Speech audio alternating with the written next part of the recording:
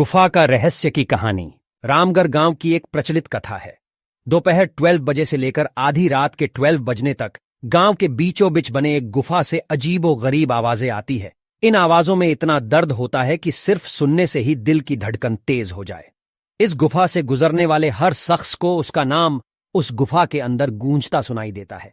पिछले 37 सालों से इस गुफा के अंदर से भयानक आवाजें और खतरनाक हरकतें हुई जा रही है। एक तो ये गुफा गांव के बीचों बीच है, तो ऐसे में गांव के लोगों को इस गुफा के खौफ को खत्म करना ही होगा। और ये तभी खत्म होगा जब अंदर से ये खौफनाक आवाजें और आकर्षण खत्म होगा। साल 2013 की बात है, जब दो पैरानॉर्मल इन्वेस्टिगेटर राजू और अनमोल को इस गुफा का रहस्य जानने के लिए बुलाया जाता है। दोनों गुफा की ओर जाते हैं। तभी गांव का एक आदमी गोपाल उन दोनों से कहता है, गोपाल साहब जी, आप लोग अंदर जाने की जिद छोड़ डहा दो। अभी भी कह रहे हैं कि इस गुफा का सच बहुत खतरनाक होगा। राजू, अरे गोपाल जी, हमारी तो ये ड्यूटी है। हमारा डिपार्टमेंट हमें जो टास्क देता है उसे तो पूरा करना ही है। ये कहते हुए वे दोनों उस गुफा की ओर चल पड़ते हैं और शाम के करीब 5 बजे गुप्त तरीके से दोनों पैरानॉर्मल स्पेशलिस्ट उस भूतिया गुफा के अंदर पहुंचते हैं। राजू और अनमोल के अंदर दाखिल होते ही गुफा में उनके नाम के गुस्सैल आवाज गूंजने लगती है, हंसते हुए, चले जाओ, यहां से नहीं तो मरोगे। दोनों तुम लोग इस दर्द की दुनिया से बाहर निकल जाओ, नहीं तो दोनों की मौत आज रात 12 बजे तय है। अनमोल, यार राजू, ये गुफा कितनी अजीब है। आज तक ऐसा कोई केस हैंडल नहीं किया जहां बेजुबान गुफा धमकी देती हो। राजू, भूतिया जगह हमेशा अजीब और खतरनाक ही होती है। बस अब सोचन कम कर और टॉर्च की मदद से पिक्चर कलेक्ट कर।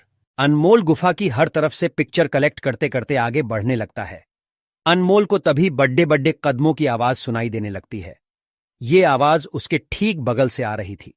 वो उस कदमों के आवाज का पीछा करते करते गुफा के आखिरी ओर पहुंच जाता है। उसे गुफा के अंत में एक दरवाजा दिखाई देता है। उस दरवाजे पर लिखा था, दूसरी दुनिया का दरवाजा। अनमोल मन ही मन में ये सोच रहा था कि ये दरवाजा कहीं दूसरे दुनिया का तो नहीं। तभी उसे दरवाजे के उस पार से एक आवाज सुनाई देती है, अनमोल बेटा, मैं तुम्हारा दादा, मेरे पास आ जाओ बेटा। अनमोल, बाप रे, ये कैसा दरवाजा है? ये तो मेरे दादाजी की आवाज है।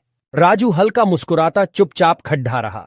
इसके बाद अनमोल राजू को उस दरवाजे की ओर चलने का इशारा देता है। दोनों उस गुफा के अंत में उस दरवाजे की ओर पहुंचते हैं जहां से दूसरे दुनिया का रास्ता शुरू होता है। अनमोल, राजू, ये देखो, मैंने अभी तुरंत कुछ देर पहले अपने दादाजी की आवाज इस दरवाजे के पीछे से सुनी। मुझे लगता है कि इसके पीछे मरे हुए लोगों की दुनिया है। राजू, तो ये दरवाजा खोलकर देख लो ना। अनमोल, सही कहा, मैं दरवाजा खोलता हूं। अनमोल दरवाजा खोलने ही वाला था कि तभी उसकी नजर राजू की शरीर पर पड़ी डटती है। अनमोल यार, जब तुम इस गुफा में आए थे तब तुमने सफेद शर्ट और नीली जीन्स पहनी थी, और अभी तुमने काली जीन्स और लाल शर्ट पहनी है। भाई, आखिर तुमने कपड़े ढे कब बदले? तभी राजू के दांत बाहर आने लगते हैं।